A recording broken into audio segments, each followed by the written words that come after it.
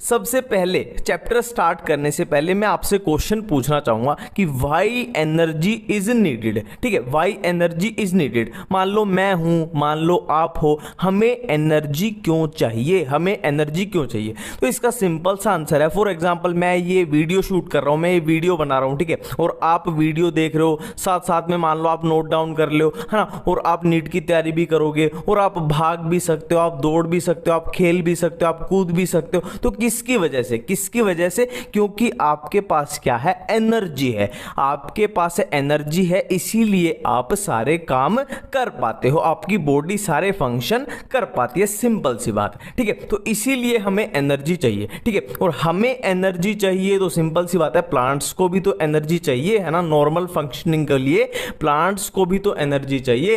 Fungi होती है, उनको भी तो एनर्जी चाहिए। प्रोटिस्टा होते हैं, उनको भी तो एनर्जी चाहिए। मतलब सबको एनर्जी चाहिए, है ना। जिंदगी के लिए, जीने के लिए सबको एनर्जी चाहिए, ठीक है। अब यहां बात आती है कि ये एनर्जी आएगी कहां से? ये एनर्जी अब आएगी कहां से? एनर्जी सबको चाहिए, ये बात तो क्लियर होगी। अब ये एनर्जी आएगी कहां से? ठीक है, तो सिंपल सी बात है, एनर्जी का सिर्फ एक ही सोर्स होता है। वो क्या होता है? देखो, मैंने एक प्लांट बनाया, ये प्लांट की लीव है, ठीक है। ये मैंने एक प्लांट बना लिया, ये प्लांट की लीव है, ठीक है। और इधर से क्या आएगी? सनलाइट आएगी। ये अपना सन है, ठीक है। इधर से सनलाइट आएगी और इसकी पत्तियों पे पड़ेगी, इसकी पत्तियों पे पड़ेगी, ठीक है। तो एनर्जी का सिर्फ और सिर्फ क्या है? यही सोर्स है अपना, क्या है? सनलाइट है, ठीक है। सनलाइट यहां पाई, इसके पत्तियों पे पड़ी, पत्तियों में क्या है? अपने क्लोरोप्लास्ट है, क्लोरोप्लास्ट में थाइलाकोइड है, हम फोटोसिंथेसिस में कर चुके हैं। तो यहां पे अब क्या होगी? फोटोसिंथेसिस होगी। लीव्स में क्या हो रही है? फोटोसिंथेसिस हो रही है, फोटोसिंथेसिस हो रही है, ठीक है। अब फोटोसिंथेसिस से हमने क्या किया? देखो सिंपल सी बात है, फोटोसिंथेसिस से हमने क्या किया? सनलाइट का यूज करके क्या बना लिया? फूड बना लिया, है ना। प्लांट ने क्या किया? लीव्स के अंदर सनलाइट का यूज करके क्या बना लिया? फूड बना लिया। इस चैप्टर को हम बोलते हैं क्या? फोटोसिंथेसिस, ठीक है। अब प्लांट की ग्रीन लीव्स में क्या है? फूड बन के तैयार है, ठीक है। फूड बन के तैयार है सिर्फ और सिर्फ कहां पे है? प्लांट की ग्रीन लीव में, ठीक है। मैं एक बात बोलने जा रहा हूं, पूरी दुनिया में लगा के चलो, पूरी दुनिया में जहां पे फोटोसिंथेसिस होती है, सिर्फ और सिर्फ वहां पे फूड बढ़ा है। हाँ, मैं फिर से रिपीट करने जा रहा हूं कि पूरी दुनिया की बात करें तो जहां पे फोटोसिंथेसिस होती है, सिर्फ और सिर्फ वहां पे फूड पड़ा है। अब हर जगह जहां कहीं भी मेरे पास फूड आएगा, मैं फूड खाऊंगा, आप फूड खाओगे, वो कहां से आएगा? अल्टीमेटली यहीं से आएगा, प्लांट की जहां पे फोटोसिंथेसिस होती है वहीं से आएगा, ठीक है। अब सिंपल सी बात है, देखो ये प्लांट है, प्लांट को क्या होगा? या तो एनिमल खा लेगा, है ना। प्लांट को हम जो भी खाते हैं, हम सब्जियां खाते हैं, पालक खाते हैं, मटर खाते हैं, गोभी खाते हैं, प्लांट ही तो होते हैं। तो या तो इनको क्या करेगा? एनिमल खा लेगा। अब क्या होगा? एनिमल में ये फूड चला जाएगा, है ना। प्लांट ने ये फूड बना लिया था, अब क्या हुआ? एनिमल में ये फूड चला गया, है ना। एनिमल के पास फूड आ गया, सिंपल सी बात है, ठीक है। अब एनिमल क्या करेगा? इस फूड की क्या बना देगा? एनर्जी बना देगा, ठीक है। और क्या हुआ? प्लांट के, देखो प्लांट के ये दूसरे पार्ट है, मान लो ये प्लांट की स्टेम है, ये प्लांट की रूट है। अब रूट थोड़ी फोटोसिंथेसिस करेगी, अब स्टेम भी फोटोसिंथेसिस नहीं करेगी, है ना।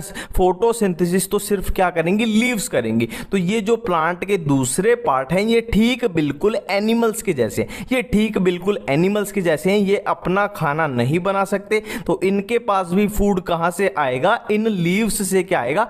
ट्रांसपोर्ट हो गया आएगा, है ना। इनके पास भी फूड इन लीव्स से ट्रांसपोर्ट होके आएगा, ठीक है। अब एनिमल के पास फूड पहुंच गया, प्लांट के बाकी पार्ट्स के पास फूड पहुंच गया, ठीक है। अब इस प्लांट की एक और पॉसिबिलिटी है ना। मान लो 50 साल बाद या 100 साल बाद या 200 साल बाद, ऐसा कभी तो टाइम आएगा जब ये प्लांट क्या हो जाएगा? बूढ़ा हो जाएगा, इसकी एज हो जाएगी, तो ये क्या होगा? ये मर जाएगा। ये क्या हो जाएगा? ये मर जाएगा, डेड हो जाएगा।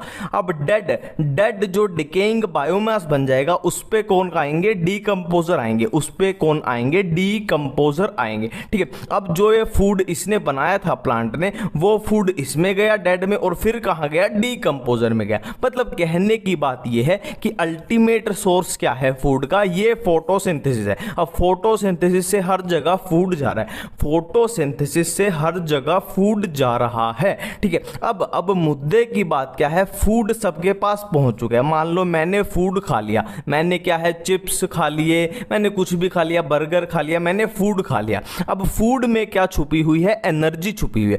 फूड में छुपी हुई है क्या, एनर्जी। हमें क्या करना है, उस एनर्जी को बाहर निकालना है, एनर्जी को बाहर निकालना है। एनर्जी को बाहर क्यों निकालना है, क्योंकि मेरे को काम करना है। अभी देखो मैं हाथ से ये स्केच से लिख रहा हूं तो मेरी एनर्जी वेस्ट हो रही है, तो ये एनर्जी कहां से आई, मेरे पास फूड से आई। हमें सिंपली क्या करना है, फूड से एनर्जी को निकालना है। अब फूड से एनर्जी निकलेगी कैसे, हम सिंपली क्या कर देंगे, फूड का ब्रेक डाउन कर देंगे। हम सिंपली फूड का क्या कर देंगे, ब्रेक डाउन कर देंगे, ठीक है। और ब्रेक डाउन कैसे करेंगे, फूड की ऑक्सीडेशन करके। यहां पे बहुत इंपॉर्टेंट है, 10 स्टार लगा लेना। हम फूड का ब्रेक डाउन करके एनर्जी निकाल लेंगे। और ब्रेक डाउन कैसे करेंगे, उस फूड की ऑक्सीडेशन करके, इस फूड की ऑक्सीडेशन करके, इसका ब्रेक डाउन करके, इसमें से हम क्या करेंगे, एनर्जी निकाल लेंगे, एनर्जी निकाल लेंगे, ठीक है। अब ये सारी चीजें, फूड को हमने ब्रेक डाउन किया, ऑक्सीडेशन की, एनर्जी निकाली,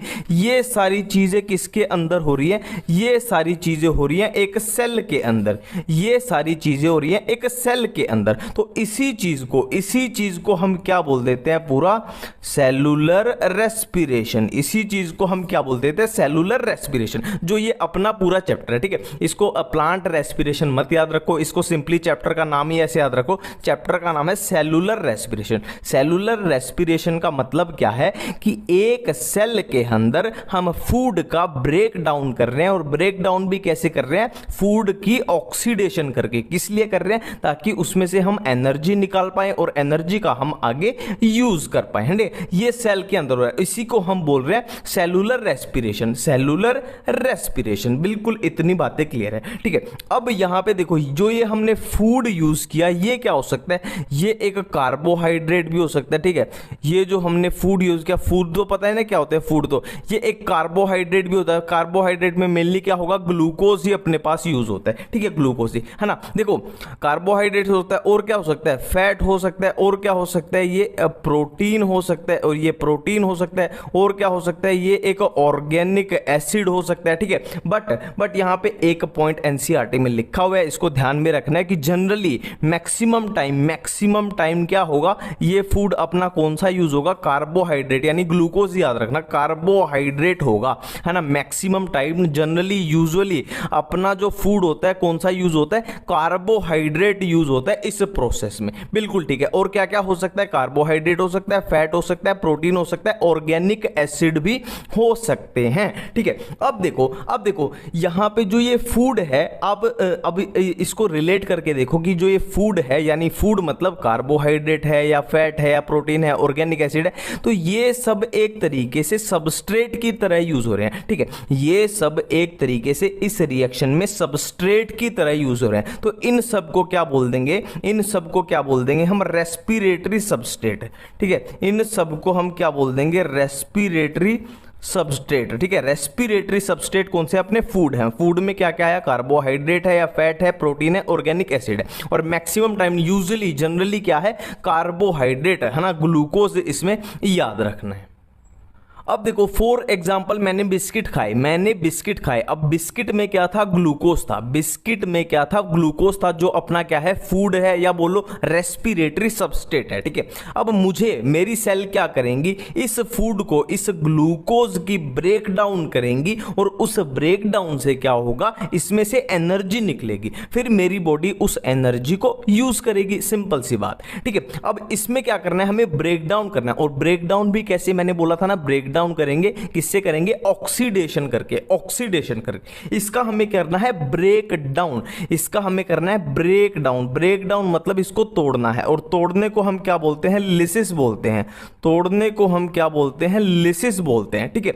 अब हम तोड़ किसको रहे हैं, ग्लूकोज को बोल रहे हैं, है ना, हम तोड़ किसको रहे हैं, हम लिसिस किसकी कर रहे हैं, ग्लूकोज की कर रहे हैं, तो ये क्या हो जाएगी, ग्लाइकोलिसिस, ठीक है। देखो लिसिस मतलब तोड़ना, ब्रेक डाउन करना, और ब्रेक डाउन किसका किसका कर रहे हैं, ग्लूकोज का, तो इसलिए होगी ग्लाइकोलिसिस, ठीक है, ग्लाइकोलिसिस, ठीक है। अब ग्लाइकोलिसिस, ग्लूकोज की जब हम लिसिस करेंगे तो क्या बन जाएगा हमारे पास, इधर हमारे पास बन जाएगा इधर पाइरुविक एसिड, हमारे पास इधर बन जाएगा क्या, पाइरुविक एसिड बन जाएगा, पाइरुविक एसिड। देखो ग्लूकोज 6 कार्बन का कंपाउंड होता है और पाइरुविक एसिड 3 कार्बन का कंपाउंड होता है, ठीक है। तो जाहिर सी बात है पाइरुविक एसिड कितने बने होंगे, 2 मॉलिक्यूल बने होंगे। इतनी बातें क्लियर। देखो हम पहले बेसिक रोड मैप देख लेते हैं, फिर हम एक एक चीज अच्छे से ढंग से कर लेंगे, ठीक है, बिल्कुल ढंग से कर लेंगे, ठीक है। अब देखो अब क्या होता है, इस पाइरुविक एसिड के पास 2 पॉसिबिलिटीज आती हैं, इस पाइरुविक एसिड के पास 2 पॉसिबिलिटीज बनती है। 2 पॉसिबिलिटीज क्या है, या तो कंडीशन होंगी एरोबिक, या तो कंडीशन होंगी एरोबिक, या कैसी कंडीशन होंगी अनएरोबिक, या कैसी कंडीशन होगी अनएरोबिक। मतलब एरोबिक मतलब ऑक्सीजन की प्रेजेंस होगी, या अनएरोबिक मतलब ऑक्सीजन की अब्सेंस होगी, ठीक है। पाइरुविक एसिड के पास 2 पॉसिबिलिटीज आई, या तो इसको ऑक्सीजन मिल जाएगी या इसको ऑक्सीजन नहीं मिलेगी, या इसको ऑक्सीजन नहीं मिलेगी, बिल्कुल क्लियर है, ठीक है। पहले ये वाला कर देते हैं, अगर पाइरुविक एसिड को ऑक्सीजन नहीं मिली यानी अनएरोबिक कंडीशन आई तो क्या हो जाएगी, इसकी फर्मेंटेशन हो जाएगी। तो क्या हो जाएगी, इसकी फर्मेंटेशन हो जाएगी। देखो मैम पहले बेसिक रोड मैप ले रहे हैं, फिर एक एक चीज को ढंग से कर लेंगे। पहले बेसिक रोड मैप की अपने को पूरा फंडा क्लियर हो जाए कि होता क्या है चैप्टर में, ठीक है। देखो पाइरुविक एसिड को अगर अनएरोबिक कंडीशन मिली यानी ऑक्सीजन की अब्सेंस मिली तो क्या हो जाएगी, पाइरुविक एसिड की फर्मेंटेशन हो जाएगी, फर्मेंटेशन। अब फर्मेंटेशन में भी क्या है, 2 टाइप के प्रोडक्ट अपने पास बन सकते हैं, या तो क्या बनेगा, या बन जाएगा अल्कोहल, या बन जाएगा लैक्टिक एसिड, या बन जाएगा लैक्टिक एसिड, ठीक है। अल्कोहल बनेगा तो क्या बोल देंगे, अल्कोहल फर्मेंटेशन, और लैक्टिक एसिड बनेगा तो क्या बोल देंगे, लैक्टिक एसिड फर्मेंटेशन। बिल्कुल सिंपल है, नाम से ही क्लियर हो गया, ठीक है। अब दूसरी पॉसिबिलिटी पे आते हैं कि अगर ऑक्सीजन मिल गई तो क्या होगा। अगर ऑक्सीजन, पाइरुविक एसिड को ऑक्सीजन मिल गई यानी एरोबिक कंडीशन हुई तो क्या होगा, तो क्या होगा, ये जो अपना पाइरुविक एसिड है ये किस में कन्वर्ट हो जाएगा, ये कन्वर्ट हो जाएगा एसिटाइल को एंजाइम ए में, ये कन्वर्ट हो जाएगा एसिटाइल को एंजाइम ए में। और इसको क्या बोलते हैं, इस प्रोसेस को हम क्या बोलते हैं, लिंक रिएक्शन या गेटवे रिएक्शन या लिंक रिएक्शन हम इसको बोलते हैं, ठीक है, लिंक रिएक्शन बोलते हैं, ठीक है। अब क्या होगा, ये एसिटाइल को एंजाइम ए यहाँ पे चक्रियां घुमाएगा, यहाँ पे चक्रियां घुमाएगा, यहाँ पे चक्रियां घुमाएगा, और इस चक्री घूमने को हम क्या बोलते हैं, इस चक्री घूमने को हम बोलते हैं क्रैब साइकिल। इस चक्री घूमने को हम क्या बोलते हैं, क्रैब साइकिल, ठीक है। सारा ये सिस्टम क्यों हो रहा है, लिंक रिएक्शन क्यों हो रही है, क्रैब साइकिल, यहाँ चक्रियां क्यों घूम रही है, क्योंकि अपने को क्या बनाना है, एनर्जी बनानी है, एनर्जी बनानी है, ठीक है। ग्लाइकोलिसिस भी क्यों हुई, अपने को यहाँ एनर्जी निकलेगी, ठीक है। और वो कैसे कैसे निकलेगी, इसमें कैसे होता है, इसमें कैसे होता है, इसमें कैसे होता है, आगे जाके देख लेंगे। इतनी बातें बिल्कुल क्लियर है, ठीक है। अब मैं बहुत इंपॉर्टेंट बात करने जा रहा हूं, बहुत इंपॉर्टेंट बात। देखो ये जो चीज हुई ना, ये अपने पास ये जो चीज हुई, क्या हुई, ग्लाइकोलिसिस, जो ग्लूकोज से पाइरुविक एसिड बना, ये कहां पे होती है, साइटोप्लाज्म में होती है। ये कहां पे होती है, साइटोप्लाज्म में होती है, ये होती है साइटोप्लाज्म में। और एरोबिक कंडीशन जहां भी आपको दिख जाए ना, देखो नॉर्मल जनरल बता रहा हूं, इन जनरल की बात बता रहा हूं कि एरोबिक कंडीशन मतलब ऑक्सीजन के जहां भी लेन देन की बात दिख जाए वो कहां पे होगा, अपना माइटोकॉन्ड्रिया में। मतलब ये लिंक रिएक्शन और क्रेब साइकिल ये कहां पे होंगी, अपनी माइटोकॉन्ड्रिया में, माइटोकॉन्ड्रिया में, ठीक है। माइटोकॉन्ड्रिया में भी कहां पे, माइटोकॉन्ड्रिया के मैट्रिक्स में होंगी, माइटोकॉन्ड्रिया के मैट्रिक्स में होंगी। इतनी बातें बिल्कुल क्लियर हैं, ठीक है। ये कहां पे हुई ग्लाइकोलिसिस, अपनी साइटोप्लाज्म में, और ये कहां पे हुई, माइटोकॉन्ड्रिया के मैट्रिक्स में, ठीक है। अब देखो मैं आगे बहुत इंपॉर्टेंट बात करने जा रहा हूं, ठीक है। देखो अगर मैं यहां से इसको छुपा दूं, ऐसे यहां से मैं छुपा दूं, तो आपको बिल्कुल भी नहीं पता चलेगा कि एरोबिक कहां है, अनएरोबिक कहां है, ठीक है। यहां तक एरोबिक और अनएरोबिक बिल्कुल सेम चल रही है, मतलब जो ग्लाइकोलिसिस है वो एरोबिक के लिए और अनएरोबिक कंडीशन के लिए बिल्कुल सेम है। जो डिफरेंस आया वो आगे आया, बिल्कुल क्लियर है, ठीक है। अब देखो बिल्कुल क्लियर करते चलना है। देखो एरोबिक में ग्लाइकोलिसिस होगी, बिल्कुल होगी। अनएरोबिक में ग्लाइकोलिसिस होगी, बिल्कुल होगी, ठीक है। नेक्स्ट देखो लिंक रिएक्शन एरोबिक में होगी, बिल्कुल होगी। अनएरोबिक में नहीं होगी। क्रेब साइकिल एरोबिक में बिल्कुल होगी, अनएरोबिक में नहीं होगी, ठीक है। फर्मेंटेशन एरोबिक में नहीं होगी, अनएरोबिक में बिल्कुल होगी। Alcohol fermentation, lactic acid fermentation, इतनी बेसिक सी बातें बिल्कुल क्लियर हैं।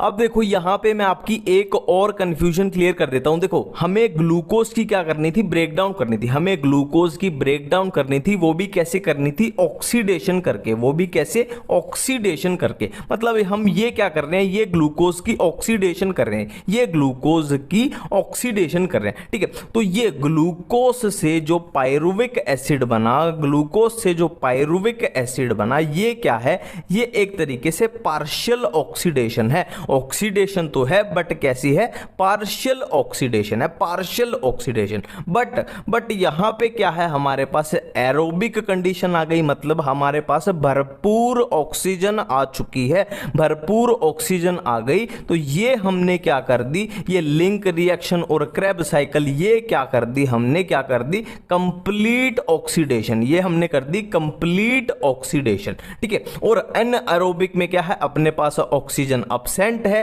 तो यहां पे क्या है, ये कंप्लीट ऑक्सीडेशन अनएरोबिक में नहीं हो पाई, ठीक है। देखो बिल्कुल क्लियर करते चलना है, चाहे एरोबिक हो चाहे एनएरोबिक हो, उसमें क्या है, पार्शियल ऑक्सीडेशन दोनों में होगी। मतलब पायरुविक एसिड बना, मतलब पार्शियल ऑक्सीडेशन जो है वो दोनों में हो चुके हैं। बट अगर क्वेश्चन आए कंप्लीट ऑक्सीडेशन, तो कंप्लीट ऑक्सीडेशन सिर्फ और सिर्फ एरोबिक कंडीशन में होगी, क्योंकि इसमें चाहिए क्या, बहुत सारी ऑक्सीजन, जो कहां पे मिलेगी, एरोबिक कंडीशन, ठीक है। जो क्या होती है कंप्लीट ऑक्सीडेशन में, अपना क्या आ जाता है, लिंक रिएक्शन आ जाती है, क्रेब साइकिल। मैं फिर से एक बार रिपीट कर रहा हूं, बहुत इंपॉर्टेंट है।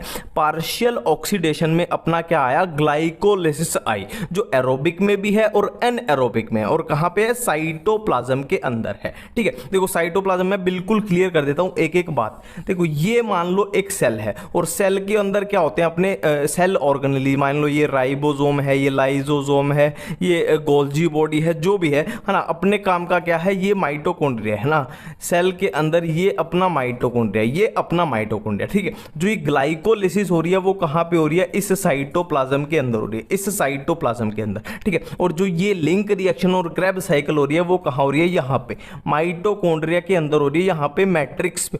बिल्कुल एक एक बात क्लियर है, ठीक है। और अब बातें बिल्कुल क्लियर हो चुकी हैं आई थिंक, है ना। अब हमें आगे चलना चाहिए।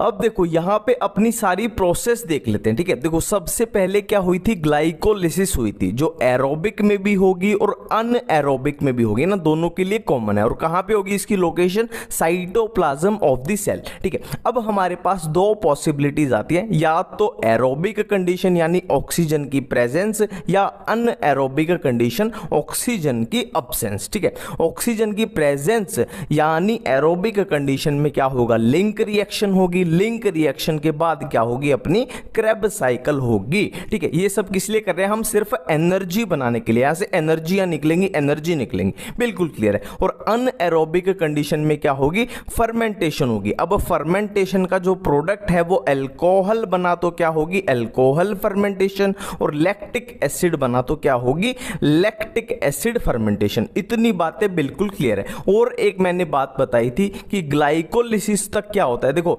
ग्लूकोज की हमने की ग्लाइकोलिसिस, और क्या बना था, पायरुविक एसिड, वो क्या था, अपना पार्शियल ऑक्सीडेशन। और कंप्लीट ऑक्सीडेशन क्या था, link reaction plus Krebs cycle में जो होगा वो होगा कंप्लीट ऑक्सीडेशन, ठीक है। तो ये तो हमने अभी तक जो किया वो रिवाइज कर लिया, ठीक है। अब बात करते हैं एनर्जी की, ठीक है। देखो इनको मैं नेक्स्ट पार्ट में, इस चैप्टर के दूसरे पार्ट में बताऊंगा कि ग्लाइकोलिसिस में पूरी में क्या होता है, लिंक रिएक्शन में क्या होता है, क्रेब साइकिल में क्या होता है, दूसरे पार्ट में हम कवर करेंगे करेंगे, है ना। और मैं इसीलिए छोटी वीडियो बना रहा हूं, इसको दो पार्ट में इसीलिए डिवाइड कर रहा हूं ताकि ये मुश्किल चैप्टर है, थोड़ा थोड़ा आपको अच्छे से समझ आए, दिमाग पे लोड ना पड़े, ठीक है। अब बात करते हैं हम एनर्जी की। देखो हमारे पास एनर्जी यहां पे 3 टाइप से बनेगी, 3 टाइप से अपने को एनर्जी दिखाई देगी, या तो डायरेक्ट एटीपी की फॉर्म में, या कौन सी फॉर्म में, NADH प्लस H प्लस, मतलब कुल मिला के याद रखो NADH, ये आपको देखना चाहिए, NADH वाली फॉर्म में या FADH2 वाली फॉर्म में, ठीक है। 3 टाइप से हमको एनर्जी दिखेगी, या तो डायरेक्ट एटीपी की फॉर्म में दिखेगी, या NADH वाली फॉर्म में दिखेगी, और या FADH2 वाली फॉर्म में दिखेगी, ठीक है। अब एटीपी डायरेक्ट है तो ये तो डायरेक्ट ही हो जाएगा, एक एटीपी का मतलब क्या है, एक एटीपी, ठीक है। और NADH, ये NADH प्लस H प्लस, ये वाली एनर्जी का मतलब होता है कि NADH वाले में से कितने एटीपी निकलेंगे, 3 एटीपी निकलेंगे, ठीक है। एक NADH वाले मॉलिक्यूल से कितने निकलेंगे, 3 एटीपी निकल सकते हैं, ठीक है। और एक FADH वालों से कितने, 2 एटीपी निकल सकते हैं, बिल्कुल याद रखना, NADH वाले से 3 एटीपी और FADH2 वाले से 2 एटीपी हमें मिल सकते हैं, ठीक है। अब मैं एक इंपॉर्टेंट बात बोलने जा रहा हूं, देखो जो डायरेक्ट एटीपी होता है ना, डायरेक्ट एटीपी वो एक तरीके से कैसा है, कैश की तरह है ना, कि हमारे पास कैश पैसा पड़ा है ना, मान लो 50,000 रुपए हमारे पास कैश पड़े, तो ये कैश की तरह हम कभी भी यूज कर सकते हैं। बट जो ये है ना NADH और ये FADH2, ये क्या है, एक तरह से बैंक का वो चेक होता है ना, बैंक का चेक होता है, ये चेक की तरह है कि हमें बैंक में इसे हमें निकलवाने जाना पड़ेगा, है ना। हम इसको कैश को डायरेक्ट यूज करते हैं, बट ये क्या है, एक चेक की फॉर्म में पड़े हैं, मतलब ये एटीपी इनमें छुपे पड़े हुए हैं। हमें कहां जाना पड़ेगा, हमें बैंक में जाना पड़ेगा, हमें इन पैसों को निकलवाने के लिए NADH FADH2 को इनको यूज करने के लिए बैंक में जाना पड़ेगा। और ये बैंक क्या होता है, electron transport system. Electron transport system मतलब मैं एक लाइन बोलने जा रहा हूं कि बिना इलेक्ट्रॉन ट्रांसपोर्ट सिस्टम पे, है ना, मैं एक फिर से रिपीट करने जाऊं, बिना इलेक्ट्रॉन ट्रांसपोर्ट सिस्टम के NADH FADH2 ये सब क्या है, व्यर्थ है, बकवास है, खराब है, इनका कोई भी यूज नहीं है, ठीक है। मैं फिर से रिपीट करता हूं, बहुत इंपॉर्टेंट है, बिना इलेक्ट्रॉन ट्रांसपोर्ट सिस्टम के सिर्फ और सिर्फ डायरेक्ट एटीपी जो बने हैं हम सिर्फ वो यूज कर सकते हैं, है ना। क्यों, ये NADH वाली एनर्जी FADH2 वाली एनर्जी बिल्कुल किसी काम की नहीं है, क्योंकि इनका यूज कहां होगा, इसी की वजह से होगा ना, हम जाके चेक को बैंक में निकलवाएंगे तभी तो पैसे मिलेंगे। इतनी बातें बिल्कुल क्लियर है, ठीक। देखो अब हम बात करने जा रहे हैं एक एक प्रोसेस की एनर्जी, ठीक है, किसमें कितनी एनर्जी बनी, ठीक है। अब यहां पे अपने पास 2 कंफ्यूजन आएंगी, हमारे पास 2 कंफ्यूजन आएगी। देखो हमें पता है फॉस्फोराइलेशन क्या होती है, फॉस्फोराइलेशन क्या होती है, एटीपी का बनना या एनर्जी का बनना बोल दो, ज्यादा सही रहेगा, ठीक है। फॉस्फोराइलेशन क्या होती है, एनर्जी का बनना, ठीक है। अब यहां हमारे पास 2 टाइप की फॉस्फोराइलेशन आएगी, एक तो आएगी substrate level phosphorylation, substrate level phosphorylation, और दूसरी कौन सी आएगी, ऑक्सीडेटिव फॉस्फोराइलेशन, ठीक है। एक आई सबस्ट्रेट लेवल फॉस्फोराइलेशन और एक आई ऑक्सीडेटिव फॉस्फोराइलेशन। ये देखते हैं अब क्या होता है, ये देखते हैं अब क्या होता है, ठीक है। देखो सबसे पहले ग्लाइकोलिसिस में देखो कितने एटीपी बने, कितने यूज हुए। देखो माइनस का साइन क्या इंडिकेट कर रहा है, यूज हुए, और प्लस का साइन क्या इंडिकेट कर रहा है, कितने बने, ठीक है। तो ग्लाइकोलिसिस में क्या है, 2 एटीपी का यूज हुआ और 4 एटीपी की फॉर्मेशन हुई और 2 NADH वाले की फॉर्मेशन हुई, बिल्कुल क्लियर है, ठीक है। अब वो आपसे क्वेश्चन पूछ रहा है कि सबस्ट्रेट लेवल पे ग्लाइकोलिसिस में कितने एटीपी बने। तो सबस्ट्रेट लेवल का सीधा सीधा मतलब क्या है, हमें इलेक्ट्रॉन ट्रांसपोर्ट सिस्टम किस में यूज होना था, है ना, ऑक्सीजन की प्रेजेंस यानी एरोबिक कंडीशन में यूज होना था ना, एरोबिक कंडीशन में। तो ऐसे सबस्ट्रेट लेवल वो आपसे पूछ रहा है, मतलब हमें ETS का यूज नहीं करना, और ऑक्सीडेटिव पूछ रहा है मतलब वो हमें एरोबिक में भेजना चाह रहा है, एरोबिक में हमें आगे वो भेजना चाह रहा है ETS तक। यहां देखो क्रेब्स साइकिल के बाद यहां क्या आएगी, ETS आएगी, है ना। ऑक्सीडेटिव का मतलब है वो हमें इस रास्ते के थ्रू ETS तक पहुंचाना चाह रहा है एग्जामिनर, ठीक है। तो सबस्ट्रेट लेवल का जब पूछे तो ETS का यूज नहीं करेंगे, और ऑक्सीडेटिव का पूछे तो ETS का यूज क्या है, हम करेंगे। तो सबस्ट्रेट लेवल का देखो इसमें अगर सबस्ट्रेट लेवल फॉस्फोराइलेशन पूछ ली जाए तो सबस्ट्रेट लेवल पे हमारे ETS का यूज नहीं होगा, मतलब जो NADH वाली एनर्जी है वो अपने लिए बिल्कुल खराब है, किसी काम की नहीं है। तो 2 यूज हुए और 4 बने तो नेट कितने बन जाएंगे, 2 ATP बन जाएंगे।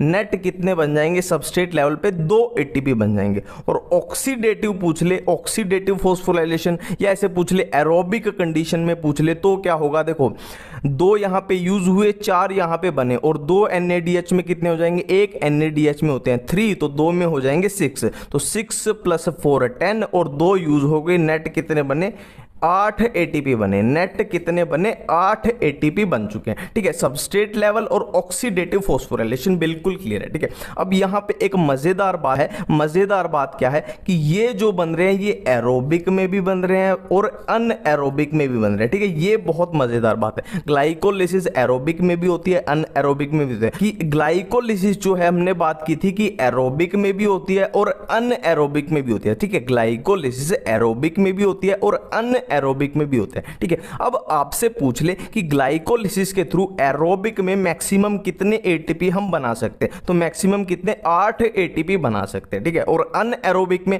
अब याद करो ये है ऑक्सीडेटिव। ऑक्सीडेटिव मतलब हमें यहां भेजना चाह रहे हैं इलेक्ट्रॉन ट्रांसपोर्ट सिस्टम का अनएरोबिक कंडीशन में कोई भी काम नहीं है। तो अनएरोबिक का क्वेश्चन पूछे तो अपने पास कितने बनेंगे, टोटल कितने बनेंगे, 2 ATP बनेंगे। अब नेक्स्ट आ जाते हैं लिंक रिएक्शन में। लिंक रिएक्शन में ठीक है, तो लिंक रिएक्शन में क्या बोलते हैं, 2 NADH + H+ है ना, 2 NADH वाले बनते हैं, सिंपल सी बात है। और एक NADH में कितनी एनर्जी होती है, 3 ATP, तो 2 में कितनी हो जाएगी, ये अपने पास 6 ATP के इक्वल हो जाएगा, ये 6 ATP के इक्वल। फिर से वही क्वेश्चन अगर सबस्ट्रेट लेवल पे पूछे, सबस्ट्रेट लेवल पे मतलब सिर्फ और सिर्फ ATP बताने, तो सबस्ट्रेट लेवल पे यहाँ पे डायरेक्ट ATP एक भी नहीं बन रहा, सबस्ट्रेट लेवल पे हो जाएगा 0।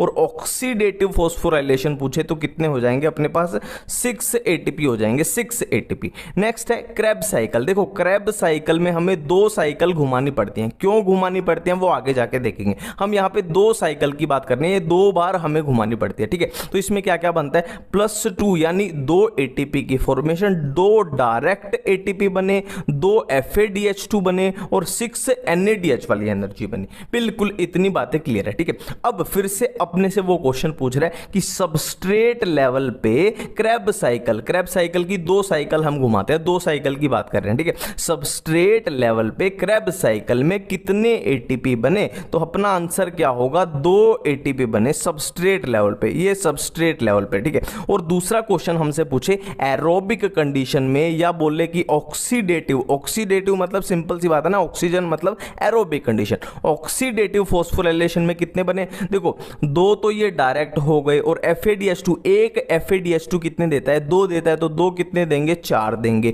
और 6 NADH वाले हैं, एक NADH वाला कितने देता है, 3 देता है, तो 6 कितने देंगे, 6 कितने देंगे, 18 देंगे। तो ये टोटल अपने पास कितने आ जाएंगे, 18 + 4 + 2 कितने हो गए, ये अपने पास 24 हो गए, 24। ठीक है, अब काउंट करके देखो, अगर एरोबिक की बात करें तो 24 अपने पास ये हो गए, 6 ये हो गए, मतलब 30 और 30 और यहां कितने हो जाएंगे, टोटल 8 ये हो जाएंगे। तो एरोबिक में टोटल कितने बनते हैं अपने पास, 38 ATP है ना, ETS का यूज करके अपने पास टोटल कितने बने, 38 ATP अपने पास गेन हो सकते हैं। बिल्कुल इतनी बातें क्लियर है। अब वो 36 वाला होता है ना, जो 36 और 38 वो शटल सिस्टम में होता है कि शटल सिस्टम में वो 2 उसके खा जाता है। ठीक है, पर यहां पे उसमें कंफ्यूज आप मत हो। ठीक है, और इधर अगर ये एरोबिक का तो अपना क्लियर है, और इधर अनएरोबिक में बात करें मतलब फर्मेंटेशन में बात करें तो चाहे अल्कोहल फर्मेंटेशन हो चाहे लैक्टिक एसिड फर्मेंटेशन हो, इसमें क्या होता है,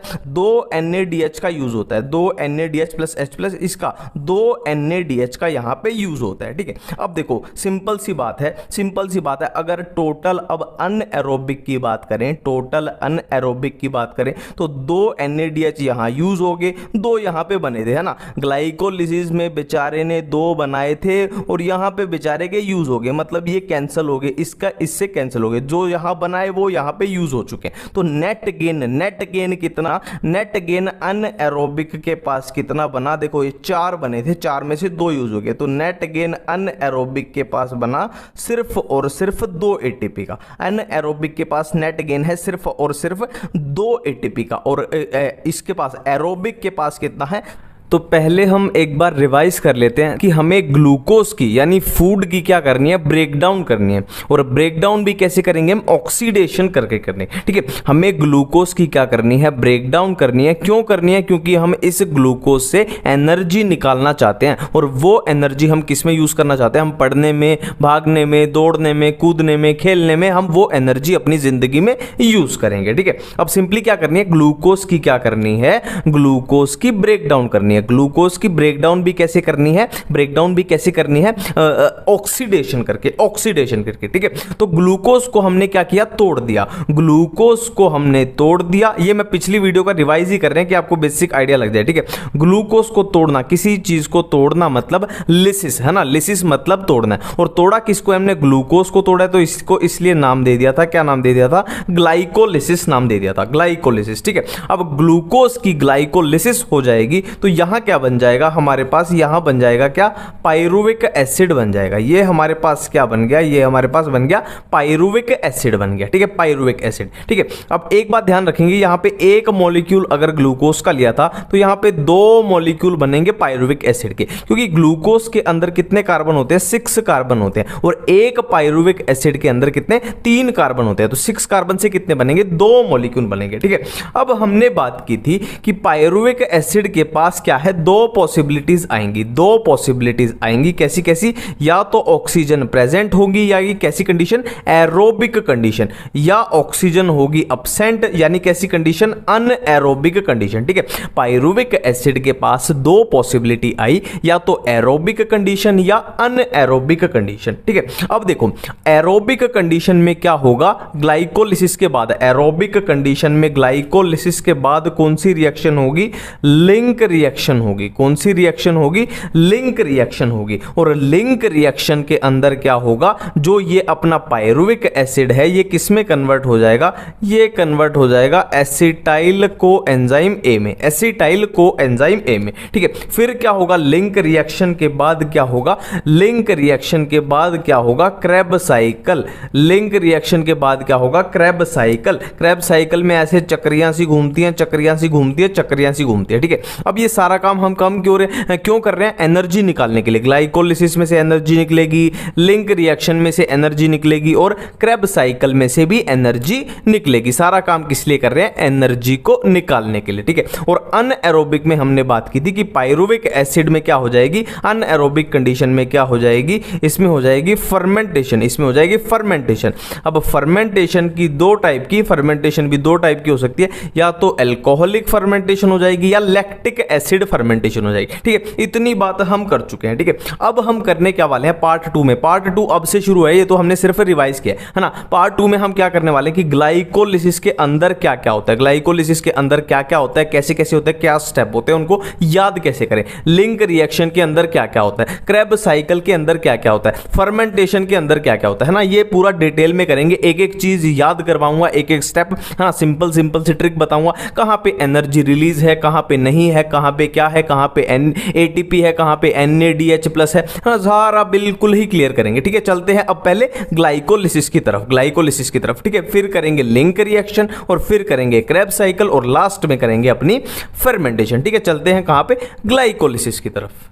अब देखो ये है अपनी ग्लाइकोलिसिस, ठीक है। तो पहली बात तो यही आ जाती है कि इसको याद कैसे करें, इसके जो स्टेप्स हैं इनको कैसे याद करें। तो इसकी सिंपल सी मैं आपको ट्रिक बताता हूं। देखो भगवान ने ग्रैंड पेरेंट्स को, देखो फॉर एग्जांपल मान लो आपके ग्रैंड पेरेंट्स हैं ना, आपके दादा दादी हैं, आपके ग्रैंड पेरेंट्स हैं, तो भगवान ने ग्रैंड पेरेंट्स के लिए क्या दिए थे, फ्रूट्स दिए थे। मेरी बात को ध्यान से सुनना, बिल्कुल सिंपल सी स्टोरी है। भगवान ने, गॉड ने ग्रैंड पेरेंट्स के लिए क्या दिए थे, फ्रूट्स दिए थे। बट आपके पेरेंट्स जो हैं हैं वो बिल्कुल नहीं चाहते कि जो ग्रैंड पेरेंट है वो फ्रूट्स खाएं। वो क्या चाहते हैं, पेरेंट्स क्या चाहते हैं कि जो ग्रैंड पेरेंट्स है वो पेप्सी पिए, इसीलिए वो उनको प्रेशरली उनके सामने क्या है, पेप्सी रख देते हैं। मैं फिर से रिपीट कर रहा हूं कि भगवान ने ग्रैंड पेरेंट्स के लिए क्या दिए, फ्रूट दिए, बट जो पेरेंट्स हैं वो बिल्कुल नहीं चाहते कि ग्रैंड पेरेंट्स फ्रूट्स खाएं। वो चाहते क्या है, वो चाहते हैं कि ग्रैंड पेरेंट्स क्या पिए, पेप्सी पिए, इसीलिए वो उनके सामने क्या है, जबरदस्ती प्रेशरली उनके सामने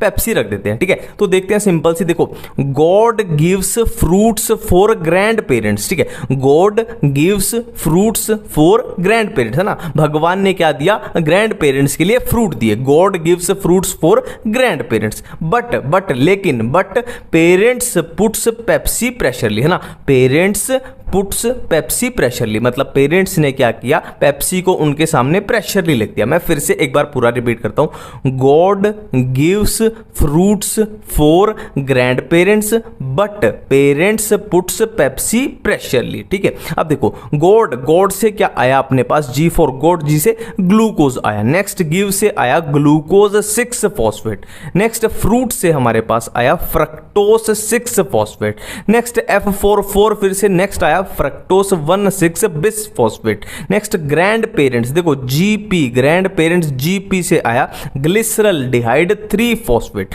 नेक्स्ट B फॉर बट से आया क्या, 1,3 बिस फॉस्फोग्लिसरिक एसिड, नेक्स्ट P से आया फॉस्फोग्लिसरिक एसिड, नेक्स्ट आया P से 2 फॉस्फोग्लिसरेट। ठीक है, ये था 3 फॉस्फोग्लिसरिक एसिड, ये है 2 phosphoglycerate. Next Pepsi, PEP, Pepsi में क्या आ रहा है, PEP यानी फोस्फोइनोल पाइरुवेट। ठीक है, लास्ट प्रेशरली से आया अपने पास पाइरुविक एसिड। ठीक है, थोड़ा ये याद करना ही पड़ेगा और मेरे को तो यही सिंपल सी ट्रिक मिली, है ना, जो मेरे से बनी, ये सिंपलेस्ट ट्रिक मेरे से बनी तो मैंने बना दी, है ना, बाकी आपको डायरेक्ट आप याद कर सकते हो तो बहुत अच्छी बात है, और इसकी थोड़ी हेल्प ले सकते हो तो वो भी ठीक बात है। ठीक है, अब यहां पे एक ध्यान देने लायक बात है कि जो भी इसमें ये बन रहा है, यहां तक सिर्फ एक मॉलिक्यूल बन रहा है कि एक मॉलिक्यूल ग्लूकोज का था, एक इसका था, एक इसका था, एक इसका था, एक इसका था, बट यहां से क्या हुआ, सबके क्या बन रहे हैं, 2 मॉलिक्यूल बन रहे हैं, है ना। इसके बाद क्या हुआ, सबके 2 मॉलिक्यूल बन रहे हैं। अब ये बात बहुत जरूरी है,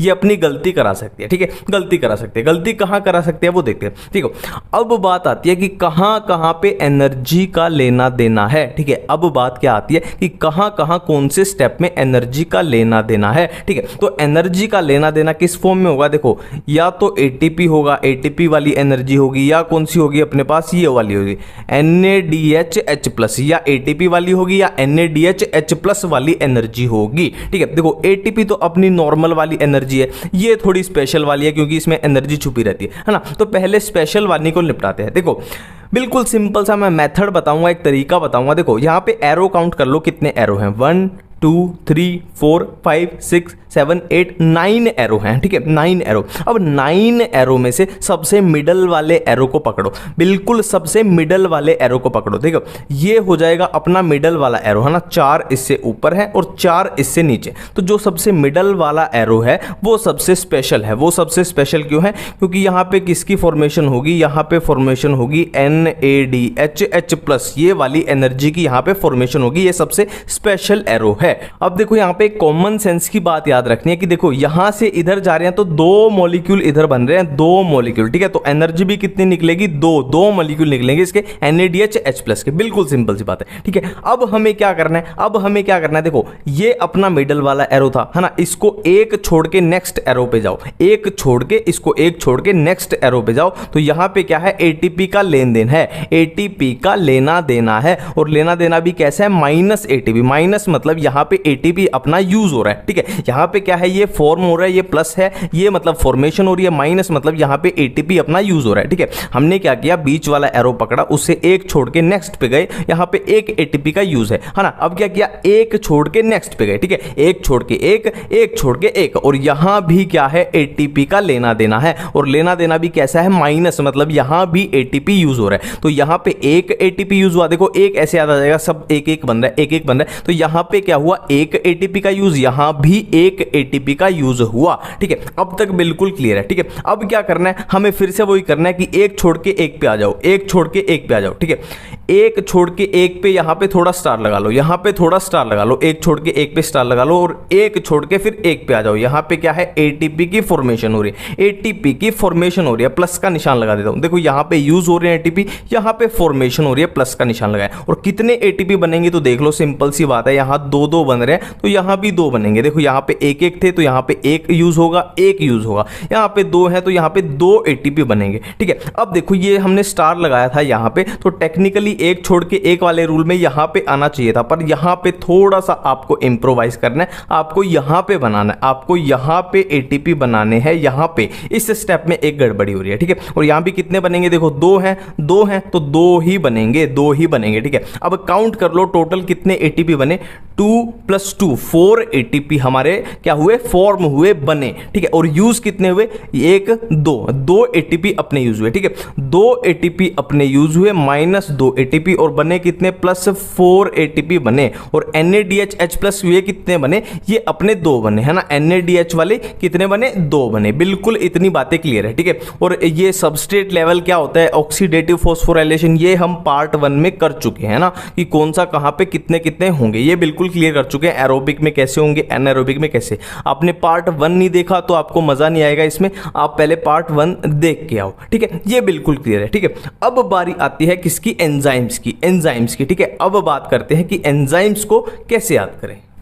अब देखो, अब बात करते हैं कि इनके एंजाइम्स को कैसे याद रखना है। देखो एनसीईआरटी में जितने भी एंजाइम दिए हुए हैं या नहीं दिए हुए, पर मैं बिल्कुल क्लियर कर दूं, आपको एक एक एंजाइम याद होना चाहिए, और याद करना भी नहीं है, ऑटोमेटिक ही सारे बन जाएंगे, कुछ भी याद नहीं करना है, ऑटोमेटिक बन जाएंगे। और मैं बताऊंगा कैसे बन जाएंगे। ठीक है, देखो एंजाइम की ये सिंपल सी मैं आपको ट्रिक बता देता हूं। देखो जिस भी स्टेप में एटीपी का या फॉस्फेट का लेन देन हो, मैं फिर से रिपीट कर रहा हूं, जिस भी स्टेप में एटीपी का या फॉस्फेट का लेन देन हो, वहां जो एंजाइम यूज होगा उसके नाम में क्या आएगा, उसके नाम में काइनेज आएगा, उसके नाम में काइनेज आएगा। और दूसरा मैं बोलने जा रहा हूं, ये जनरल रूल बना लो, आपको पूरे में काम आएगा। ठीक है, और क्या है, जिस भी स्टेप में NADH+ ये यूज हो, इसका लेन देन हो, वहां पे जो एंजाइम आएगा उसके नाम में डीहाइड्रोजिनेज यूज होगा। इतनी बातें क्लियर है। अब देखते हैं, देखो अब देखो, ग्लूकोज से बना ग्लूकोज 6 फॉस्फेट, ग्लूकोज से बना ग्लूकोज 6 फॉस्फेट, मतलब ग्लूकोज के अंदर फॉस्फेट नहीं था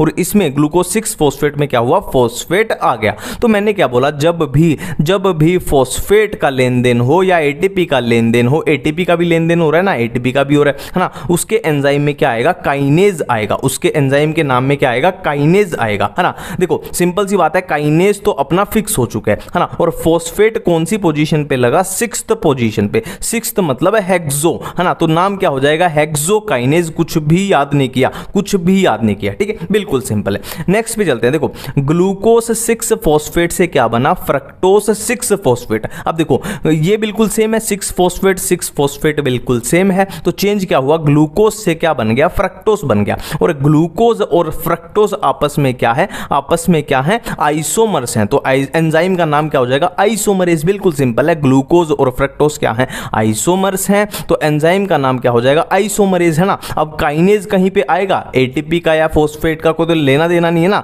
यहां पे भी एक फॉस्फोरस, यहां भी एक फॉस्फोरस, तो फॉस्फेट का कोई लेना देना नहीं है, एटीपी भी यहां नजर नहीं आ रहा, तो ना तो काइनेज आएगा, ना NADH+ नजर आ रहा, ना डीहाइड्रोजिनेस आएगा। सिंपल क्या है, आइसोमरेज। ठीक है, अब नेक्स्ट पे चलते हैं। देखो फ्रक्टोज 6 फॉस्फेट से क्या बना, फ्रक्टोज 1,6 बिस फॉस्फेट। अब सिंपली अपने रूल से चलते हैं ना, एटीपी या फॉस्फेट या इसका लेन देन चेक करते हैं। देखो 6 फॉस्फेट, इसमें था सिर्फ और सिर्फ एक फॉस्फेट ग्रुप, और इसमें क्या आ गया, 1,6 बिस फॉस्फेट, मतलब इसके अंदर कितने हैं, 2 फॉस्फेट है, 2 फॉस्फेट। मतलब क्या हुआ है, फॉस्फेट का लेन देन इस स्टेप में हुआ है ना। और देख लो एटीपी भी अपने को नजर आ रहा है, मतलब फॉस्फेट का लेन देन हुआ है, और फॉस्फेट का लेन देन हो तो एंजाइम के नाम में काइनेज तो पक्का आएगा, है ना, काइनेज तो पक्का आएगा। ठीक है, तो एंजाइम का नाम देखते हैं। देखो फॉस्फो मतलब फॉस्फेट का लेन देन हुआ है और किसमें हुआ है, फ्रक्टो मतलब फ्रक्टोज के अंदर हो रहा है। और काइनेज तो हम कर चुके हैं कि फॉस्फेट का लेन देन है तो काइनेज तो आई गई,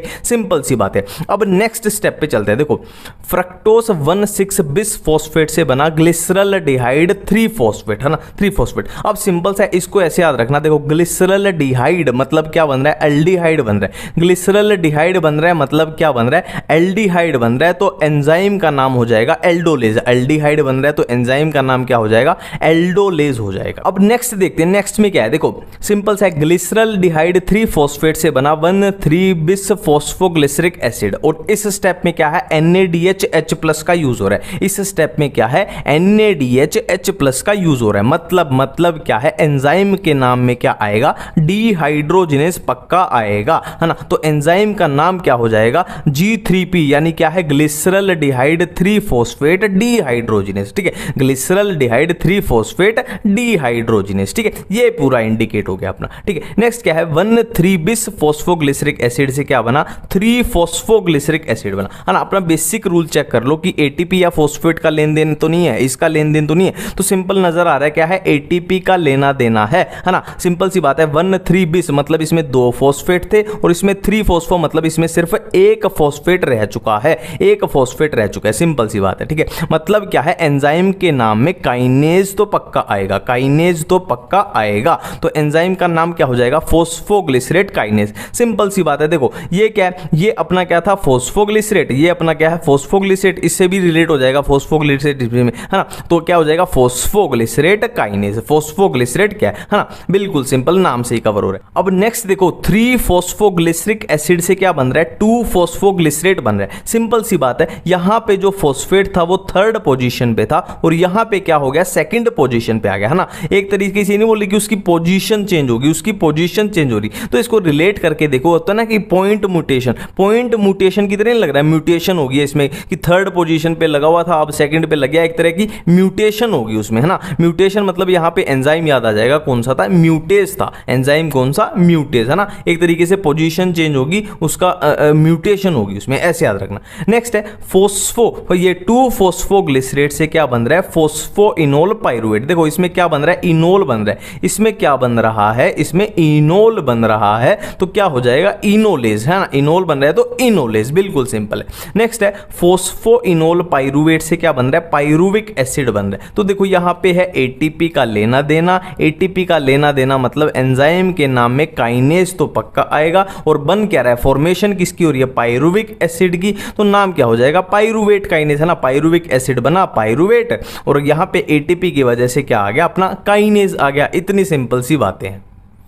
अब देखो ग्लाइकोलिसिस में आपको एक छोटी सी कंफ्यूजन हो सकती है। देखो हमने ये ग्रैंड पेरेंट्स जो अपनी ट्रिक्स में जो ग्रैंड पेरेंट्स था यानी ग्लिसरल्डिहाइड 3 फॉस्फेट ग्रैंड पेरेंट्स था, उसके साइड में एक और चीज बन सकती है, क्या, DHAP यानी डाई हाइड्रोक्सी एसीटोन फॉस्फेट भी बन सकता है। इसको कैसे याद करें, देखो हम ग्रैंड पेरेंट्स के आगे क्या लगाते हैं, डियर ग्रैंड पेरेंट, है ना। ग्रैंड पेरेंट्स के आगे लगा देना है क्या, डियर ग्रैंड पेरेंट। डियर मतलब डाई हाइड्रोक्सी एसीटोन फॉस्फेट, उसके साइड में क्या था, उसके आगे क्या था, ग्लिसरल्डिहाइड 3 फॉस्फेट यानी ग्रैंड पेरेंट्स था ना, डियर ग्रैंड पेरेंट्स। अब देखो हम ग्लाइकोलिसिस अपनी कंप्लीट कर चुके हैं, ठीक है। और ग्लाइकोलिसिस में हमने क्या किया, ग्लूकोज से हमने क्या बनाया, पाइरुविक एसिड बनाया, ग्लूकोज से हमने बनाया पाइरुविक एसिड, ठीक है। और यहाँ पे एक बात ध्यान रखनी है कि ग्लूकोज से जब हम पाइरुविक एसिड बनाते हैं कहाँ पे, ग्लाइकोलिसिस में, तो पाइरुविक एसिड के 2 मॉलिक्यूल बनते हैं, क्योंकि पाइरुविक एसिड जो होता है वो 3 कार्बन का कंपाउंड है, ठीक है। तो यहाँ हमारे पास 2 मॉलिक्यूल हैं पाइरुविक एसिड के, हम सिर्फ एक मॉलिक्यूल की बात कर रहे हैं, ठीक है। अब लिंक रिएक्शन में याद रखने लायक बात क्या है कि हमने पाइरुविक एसिड से क्या बनाया, एसिटाइल कोएंजाइम ए बनाया। लिंक रिएक्शन की मैं हिट पॉइंट बता रहा हूं, टारगेट पॉइंट जहां से क्वेश्चन बनेंगे। लिंक रिएक्शन में क्या बना, पाइरुविक एसिड से एसिटाइल कोएंजाइम ए बना, ठीक है। हम सिर्फ एक मॉलिक्यूल की अभी बात कर रहे हैं, ठीक है। और किसकी प्रेजेंस में बना, मैग्नीशियम Mg+2 की प्रेजेंस में बना, ठीक है। और क्या यहां पे याद रखने लायक बात है कि पाइरुविक एसिड से एसिटाइल कोएंजाइम ए जब बनता है कहां पे, लिंक रिएक्शन में, तो एक CO2 का मॉलिक्यूल का फॉर्मेशन हो रही है, ठीक है, एक CO2 के मॉलिक्यूल की फॉर्मेशन हो रही है। हम एक पायरुविक एसिड की बात करें, बिल्कुल क्लियर, ठीक है। और क्या है याद रखने लायक बात कि पायरुविक एसिड से जब हमने एसिटाइल कोएंजाइम ए बनाया, कहां पे, लिंक रिएक्शन में, तो एक CO2 निकली और क्या निकला, NADHH+, NADHH+, ये एक निकला, एक NADHH+ निकला, ठीक है। अब हमने बात की थी यहां पे किसकी बात की, एक मॉलिक्यूल की, और दो मॉलिक्यूल है ना, बनते कितने हैं, दो मॉलिक्यूल बनते हैं पायरुविक एसिड के। तो दो मॉलिक्यूल की बात करें तो क्या होगा, दो बनेंगे एसिटाइल कोएंजाइम ए, दो मॉलिक्यूल CO2 के रिलीज होंगे और दो बनेंगे क्या, NADHH+, दो बनेंगे NADHH+, ठीक है। तो नेट गेन अगर ETS के थ्रू लगाएं तो लिंक रिएक्शन से नेट गेन अगर दो NADHH+ बनेंगे तो नेट गेन कितना हो सकता है, 6 ATP, 6 ATP का, क्योंकि एक में कितने होते हैं, एक NADH में कितने होते हैं, 3 ATP हमें मिल सकते हैं, ठीक है। और अब एंजाइम की आप याद करो, मैंने एंजाइम का क्या बताया था कि जहां भी NADHH+ है, NADHH+ या FADH2 कहीं भी आ जाए, उसके जो एंजाइम में जो वर्ड आएगा वो डिहाइड्रोजिनेस पक्का आएगा। जहां भी NADHH+ या FADH2 दिख जाए वहां पे डिहाइड्रोजिनेस पक्का आएगा, डिहाइड्रोजिनेस, ठीक है। तो एंजाइम का नाम क्या हो जाएगा, देखो पायरुविक एसिड है तो पायरुवेट, और क्या है, डिहाइड्रोजिनेस, पायरुवेट डिहाइड्रोजिनेस। इतनी बातें से क्लियर है, अपनी लिंक रिएक्शन क्लियर है। अब कहां चलते हैं, अब इस एसिटाइल को एंजाइम की क्या करनी है, चक्रियां घुमानी है, कहां पे, क्रेब्स साइकिल में। अब हम चलते हैं कहां पे, अपनी क्रेब्स साइकिल पे चलते हैं। ये अपनी क्रेब्स साइकिल है, इसको बोलो आप सिट्रिक एसिड साइकिल, ठीक है।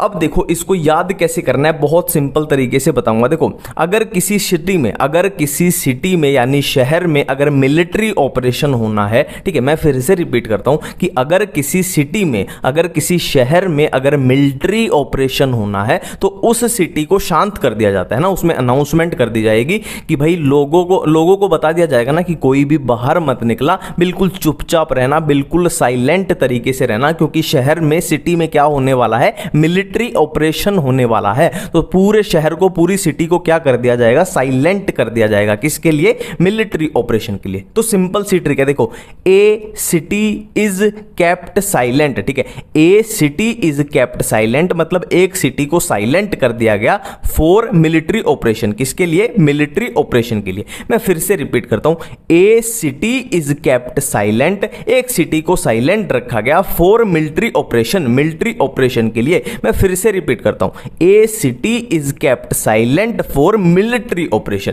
ए से एसिटाइल को एंजाइम ए जो हमने कहां बनाया था, लिंक रिएक्शन में बनाया था, अब ये साइकिल में ऐसे एंट्री कर गया। ए से एसिटाइल को एंजाइम ए, सिटी से क्या आया, साइट्रेट, इज से क्या आया, आइसोसाइट्रेट, केप्ट से हमें याद आएगा कीटोग्लूटारेट, अल्फा कीटोग्लूटारेट, साइलेंट से आया सक्सिनेट, फोर से आया फ्यूमारेट, मिलिट्री से आया मैलेट, और ऑपरेशन, ओ फॉर ऑपरेशन, ओ से आया ऑक्सैलो एसीटेट। हम फिर से एक बार रिपीट कर लेते हैं, ए से आया acetyl co enzyme A, city से आया साइट्रेट, इज से आया आइसोसाइट्रेट, केप्ट से आया कीटोग्लूटारेट, साइलेंट से आया सक्सिनेट, फोर से आया फ्यूमारेट, मिलिट्री से आया मैलेट, और ऑपरेशन से आया ऑक्सैलो एसीटेट, ऑक्सैलो एसीटेट। बिल्कुल इतनी बातें बिल्कुल ही क्लियर हैं, ठीक है। अब देखो, अब यहां पे एनर्जी का लेन देन कहां पे हो रहा है, एनर्जी का लेन देन देखो, आइसोसाइट्रेट और अल्फा कीटोग्लूटारेट के बीच में क्या बना, एक NADHH+ बना, एक NADHH+ बना, ठीक है। इससे नेक्स्ट है अल्फा कीटोग्लूटारेट सक्सिनेट, इनके बीच में एक NADHH+ बना और एक क्या बना, GTP बिल्कुल ही ATP के इक्वल होता है, ATP के इक्वल मान के चलो, ठीक है। और कहां है NAD, देखो फ्यूमारेट, F4 फ्यूमारेट, F4 FADH2, F4 फ्यूमारेट, F4 FADH2, तो यहां पे क्या बना, एक FADH2 का मॉलिक्यूल बना। और एनर्जी कहां है, यहां पे मैलेट और ऑक्सैलो एसीटेट के बीच है, कहां, NADHH+ बना, यहां पे क्या बना, NADHH+, ठीक है। अब देखो मेरी एक बात याद करो कि हमने एसिटाइल को एंजाइम कितने बनाए थे, एसिटाइल को एंजाइम में 2 बनाए थे, है ना, हमारे पास 2 पायरुविक एसिड बने थे और 2 ही क्या बने थे, एसिटाइल को एंजाइम ए, है ना। मतलब ये जो साइकिल है ये कितनी बार, 2 बार घूमेगी, ठीक है, ये जो साइकिल है ये 2 बार घूमेगी, ठीक है। तो हमने बात की यहां पे एक NADHH+ बना, यहां पे भी एक बना, यहां पे भी एक बना, तो एक साइकिल में कितने कितने बन रहे हैं NaDH प्लस, 1 2 3, है ना। तो 2 साइकिल में कितने बनेंगे, 6 बन जाएंगे, 6 बन जाएंगे। और FADH2 की बात करें तो एक साइकिल में कितना बना, 1 बना, तो 2 साइकिल में कितने बन जाएंगे, 2 बन जाएंगे। टेंशन मत लो, ये जो बैलेंस शीट है ना, ये ATP NaDH2 वाली, ये हम बाद में भी करेंगे, टेंशन मत लो, ठीक है। और GTP यानी ATP, इसको ATP भी बोल सकते हो, ATP की डायरेक्ट ATP की बात करें तो एक साइकिल में कितना बना, 1 बना, और 2 साइकिल में कितने बन जाएंगे, 2 बन जाएंगे, ठीक है। बिल्कुल क्लियर है। अब यहां पे एक और ध्यान रखने लायक बात है कि 2 स्टेप में, यहां पे 2 स्टेप में क्या है, CO2 के मॉलिक्यूल रिलीज हो रहे हैं ना, CO2 भी रिलीज हो रही है 2 बार, ठीक है। तो एक साइकिल में अगर 2 CO2 रिलीज हो रही है तो 2 साइकिल में कितनी होंगी, 4 CO2 रिलीज होंगी, 4 CO2, ठीक है। हमने लिंक रिएक्शन में बात की थी, है ना। यहां पे भी हमने 2 बार किया था ना, ये 2 पायरुविक एसिड तो 2 बार, यहां पे भी 2 CO2 रिलीज हो रही थी, और यहां पे कितनी है टोटल, 2 साइकिल घूमेंगी तो 4 CO2, है ना। तो 4 यहां पे, 2 यहां पे, टोटल 6 CO2 रिलीज होती है। बिल्कुल क्लियर है। एनर्जी की टेंशन मत लो, ये एनर्जी वाला हम कर लेंगे, ठीक है। अब बात करते हैं इसमें एंजाइम कैसे यूज होगा। देखो एंजाइम बहुत सिंपल है, मैंने क्या बोला था, NaDH और FADH2, NaDH और FADH2 जहां भी नजर आ जाए क्या घुसा दो, डिहाइड्रोजिनेज घुसा दो। देखो जैसे ये एनर्जी वाला स्टेप है तो इसमें एनर्जी NaDH दिखते ही क्या, डिहाइड्रोजिनेज, और डिहाइड्रोजिनेज कौन सा, आइसोसाइट्रेट, है ना। सिंपल हो जाएगा एंजाइम आइसोसाइट्रेट डिहाइड्रोजिनेज। ये भी एनर्जी वाला स्टेप है तो फिर से डिहाइड्रोजिनेज घुसा दो कि कीटोग्लूटारेट डिहाइड्रोजिनेज, ठीक है। ये फिर से एनर्जी वाला FADH2 वाला तो इसका डिहाइड्रोजिनेज घुसा दो कि सक्सीनेट डिहाइड्रोजिनेज। ये फिर से एनर्जी वाला है, इसमें क्या घुसा दो, डिहाइड्रोजिनेज घुसा दो, है ना। कैसे, मलेट डिहाइड्रोजिनेज। बिल्कुल क्लियर हो रहा है ना, isocitrate dehydrogenase, ketoglutarate dehydrogenase, succinate dehydrogenase, malate dehydrogenase, ठीक। अब बात करते हैं जो बिना एनर्जी के स्टेप है उनमें क्या करें। देखो सिंपल सी बात है, जैसे इसमें क्या है, ये साइट्रेट की सिंथेसिस हो रही है, एसिटाइल को एंजाइम ए से साइट्रेट की क्या हो रही है, सिंथेसिस हो रही है। तो साइट्रेट सिंथेस कुछ इस तरीके से, बिल्कुल ही सिंपल बातें करेंगे, ठीक है। जैसे फ्यूमारेट से मेलेट बन रहा है, फ्यूमारेट से मेलेट बन रहा है, तो यहां पे एनर्जी नहीं है, तो यहां पे क्या करेंगे, देखो फ्यूमारेट से ये कन्वर्ट हो रहा है, मतलब फ्यूमारेट का कन्वर्जन हो रहा है, तो क्या लिख देंगे, फ्यूमारेज, है ना। बिल्कुल कॉमन सेंस पे इनको हम याद कर सकते हैं। तो क्रेब्स साइकिल अपनी क्लियर है, क्रेब्स साइकिल अपनी क्लियर है, ठीक है। अब हम कहां चलेंगे, अब हम चलेंगे इलेक्ट्रॉन ट्रांसपोर्ट चेन की तरफ, अपनी ETC की तरफ। क्यों चलेंगे, क्योंकि हमने जो NaDH लिंक रिएक्शन में भी हमने NaDH प्लस बनाए, NaDH H+ यहां पे भी बनाए, ठीक है। ग्लाइकोलिसिस में भी हमने NaDH H+ बनाए थे, FADH2 बनाया, है ना। हमने बात की थी ना, ये एक तरीके से चेक है, ये अपने पास कैश नहीं है। कैश अपने पास क्या होता है, डायरेक्ट जो ATP बनी वो अपने पास कैश होता है, ये अपने पास चेक अमाउंट है। तो इन चेक को कैश करवाने के लिए हमें कहां जाना पड़ेगा, ETS, है ना, electron transport chain, electron transport system में जाना पड़ेगा इनको कैश करवाने के लिए, है ना, इनसे अपने को ATP एनर्जी निकालने के लिए, ठीक है। तो अब देखते हैं इलेक्ट्रॉन ट्रांसपोर्ट चेन में इनको हम कैसे कैश करवाएंगे, इनसे हम कैसे एनर्जी निकलवाएंगे। अब देखो बैलेंस शीट की बात कर लेते हैं कि कहां पे कितने ATP, कितने NaDH2, कितने FADH2 ये सब फॉर्म हुआ, ठीक है। सबसे पहले हम देखो एरोबिक कंडीशन के हिसाब से चलेंगे, अनएरोबिक का तो बिल्कुल ही सिंपल हो जाएगा, ठीक। हमें ग्लाइकोलिसिस की अगर बात करें तो ग्लाइकोलिसिस में सबसे पहली बात हमें याद रखनी है कि 2 ATP का इसमें क्या हुआ, खर्च हुआ, यूज हुआ, और फॉर्म डायरेक्ट फॉर्म कितने ATP हुए थे, 4 ATP डायरेक्ट फॉर्म हुए थे, है ना। और अपने पास 2 क्या फॉर्म हुए थे, 2 फॉर्म हुए थे, NaDH H+ 2 फॉर्म हुए थे, ठीक है। अब नेट ATP की अगर बात करें, देखो -2 + 2 मतलब यहां से नेट गेन होगा, डायरेक्ट ATP वाला सिर्फ 2 ATP का गेन हो रहा है ना। और ये 2 अगर हम ETS लगाएं, हम एरोबिक कंडीशन की बात कर रहे हैं, इलेक्ट्रॉन ट्रांसपोर्ट सिस्टम में इसको बैंक में, इस चेक को बैंक में भेज देंगे तो अपने पास कितना होगा, 6 ATP। देखो एक NaDH H+ से बनते हैं 3 और 2 से बन जाएंगे 6 बन जाएंगे, और यहां नेट होगा कितने का, 2 का गेन होगा, तो नेट कितने बन गए, 8 ATP अपने पास बन गए, ठीक है। अब बात करें इसके बाद अगर लिंक रिएक्शन की, तो लिंक रिएक्शन में हमें डायरेक्ट क्या है, डायरेक्ट क्या याद रखना है, हमारे पास क्या बने थे, 2 NaDH H+ बने थे, 2 NaDH H+ बने थे। तो एक NaDH वाले से कितना क्या गेन होता है, 3 ATP का गेन होता है, तो 2 से कितना होगा, डायरेक्ट 6 ATP का गेन हो जाएगा अपने इलेक्ट्रॉन ट्रांसपोर्ट यूज करके, ठीक है। अब बात करें अगर क्रेब्स साइकिल की, तो क्रेब्स साइकिल में 2 साइकिल हमने घुमाई थी, याद करो 2 साइकिल। तो क्रेब्स साइकिल में क्या है, 6 तो क्या बनेंगे, 6 बनेंगे, NaDH H+ बनेंगे 6, और FADH2 कितने बनेंगे, 2 बनेंगे, FADH2, 2 बनेंगे FADH2, ठीक है। और डायरेक्ट ATP या GTP जो बन रहे थे, डायरेक्ट वाले बन रहे थे, डायरेक्ट कितने बनेंगे, 2 ATP अपने पास, ये प्लस डायरेक्ट बनेंगे, है ना, प्लस मतलब फॉर्म हो रहे हैं, ठीक है। तो सिंपल सी बात है, यहाँ कैलकुलेट कर लेते हैं। 6 NADH H+ है तो कितने ATP बना देंगे, 6 × 3 कर दो, कितने हो जाएंगे 18, तो इससे हो जाएंगे। और एक FADH2 देता है 2 ATP, तो 2 कितने देंगे 4, इससे हो जाएंगे। और डायरेक्ट 2 है अपने पास, तो नेट कितने हो गए 18 + 4 + 2 कितने हो जाएंगे 24 हो जाएंगे। तो 24 ये हैं, 6 ये हैं, 8 ये हैं, तो कितने हो गए टोटल अपने पास एरोबिक कंडीशन में, ये अपने पास 38 ATP हो गए, 38 ATP, ठीक है। एक और बात मैं आपको यहीं पे याद दिला दूं, एक और बात कि लिंक रिएक्शन की हम जब बात कर रहे थे अपने पास कितने 2 CO2 के मॉलिक्यूल निकले थे, 2 CO2 के। और क्रेब्स साइकिल की बात करें तो अपने पास 4 CO2, 4 CO2 के मॉलिक्यूल निकले थे। टोटल कितने हैं 6 CO2, टोटल 6 CO2 के मॉलिक्यूल यहां निकलने। बिल्कुल इतनी बातों से क्लियर रहना। अब हम करने वाले हैं इलेक्ट्रॉन ट्रांसपोर्ट सिस्टम, ठीक है। देखो पहले बिल्कुल सिंपल भाषा में, साधारण भाषा में समझ लेते हैं कि इलेक्ट्रॉन ट्रांसपोर्ट सिस्टम में होता क्या है, मतलब इसका मतलब क्या है, क्यों है, क्या है, ठीक है। फिर मैं बात करूंगा याद करने वाली चीजों के बारे में, ठीक है। पहले बेसिकली समझ लेते हैं। देखो ये हमारे पास एक सेल है, ये हमारे पास मान लो एक सेल है, ठीक है। और सेल के अंदर हमारे पास क्या है, ये माइटोकॉन्ड्रिया है, ठीक है। मैं ये माइटोकॉन्ड्रिया की क्या ड्रॉ करने जा रहा हूं, ये आउटर मेम्ब्रेन ड्रॉ करने जा रहा हूं। ये माइटोकॉन्ड्रिया की क्या है, आउटर मेम्ब्रेन है। और ये मैं माइटोकॉन्ड्रिया की इनर मेम्ब्रेन ड्रॉ करने जा रहा हूं, जिसमें इनफोल्डिंग्स यानी क्रिस्टा बनी होती है। ये माइटोकॉन्ड्रिया की क्या है, इनर मेम्ब्रेन है, ठीक है। बिल्कुल क्लियर कर लेते हैं। देखो ये हमारे पास सेल थी और ये माइटोकॉन्ड्रिया, और बाहर जो स्पेस बचेगा ये ऑटोमेटिकली क्या हो जाएगा, अपना साइटोप्लाज्म हो जाएगा, ठीक है। ये क्या है, माइटोकॉन्ड्रिया की आउटर मेम्ब्रेन है, ये माइटोकॉन्ड्रिया की इनर मेम्ब्रेन है। और 2 मेम्ब्रेन के बीच के स्पेस को क्या बोल देंगे, इंटरमेम्ब्रेनल स्पेस, इंटरमेम्ब्रेनल स्पेस बोल देंगे। ये इनर मेम्ब्रेन है, ये आउटर मेम्ब्रेन, और 2 मेम्ब्रेन के बीच के स्पेस को बोल देंगे इंटर यानी 2 के बीच को इंटरमेम्ब्रेनल स्पेस, ठीक है। बिल्कुल क्लियर है। अब हम देखते हैं हमने क्या क्या प्रोसेस की थी, क्या क्या प्रोसेस की थी। सबसे पहले हमने क्या की थी, हमने ग्लाइकोलिसिस की थी। ग्लाइकोलिसिस कहां पे हुई थी, साइटोप्लाज्म ऑफ द सेल में, है ना। फिर हमने क्या की थी, देखो एक और चीज यहां पे है कि ये जो बीच में इनर मेम्ब्रेन के अंदर जो स्पेस बचा, ये क्या है, ये बीच में क्या है, माइटोकॉन्ड्रिया का मैट्रिक्स है, ये माइटोकॉन्ड्रिया का मैट्रिक्स है, ठीक है। ग्लाइकोलिसिस के बाद हमने क्या की थी, लिंक रिएक्शन की थी।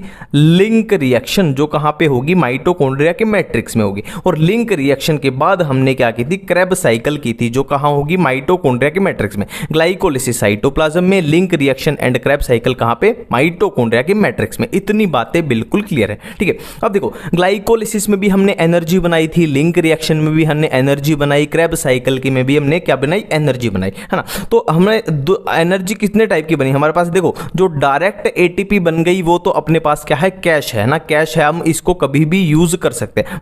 बट हमारे पास दिक्कत क्या आई थी कि जो हमारे पास ये वाली एनर्जी बनी थी NADH+ या मैं बोल लूं FADH2, ये वाली जो एनर्जी बनी थी हमारे पास, ये क्या थी, अपने पास चेक के फॉर्म में थी, चेक के फॉर्म में, है ना। और इस चेक को कैश करवाने के लिए, है ना, इस चेक को कैश करवाने के लिए हमें कहां जाना पड़ा, इलेक्ट्रॉन ट्रांसपोर्ट सिस्टम में जाना पड़ रहा है, ठीक है। तो यहां ग्लाइकोलिसिस में भी हमने क्या बनाए, NADH+ बनाए, लिंक रिएक्शन में भी बनाए, क्रेब साइकिल में भी बनाए, है ना। तो अब क्या करना है, इनको कैश करवाना है। तो यहां हमारे पास जो NADH+ बने वो भी कहां आ गए, माइटोकॉन्ड्रिया के मैट्रिक्स में आ गए। और इनसे भी हमारे पास क्या बने, NADH+, FADH2, ये सब हमारे पास अब यहां पड़ा हुआ है माइटोकॉन्ड्रिया के मैट्रिक्स में, है ना, ये सब, है ना। अब इसको हमें क्या करना है, कैश करवाना है। तो इसको कैश करवाने के लिए सिस्टम क्या होता है, देखो ये हमारे पास क्या है, ये इनर मेम्ब्रेन है, ये माइटोकॉन्ड्रिया की इनर मेम्ब्रेन है। अब इनर मेम्ब्रेन में क्या लगे होते हैं, कॉम्प्लेक्स लगे होते हैं, कॉम्प्लेक्स लगे होते हैं। इनर मेम्ब्रेन में क्या लगे होते हैं, बहुत सारे कॉम्प्लेक्स लगे होते हैं, है ना।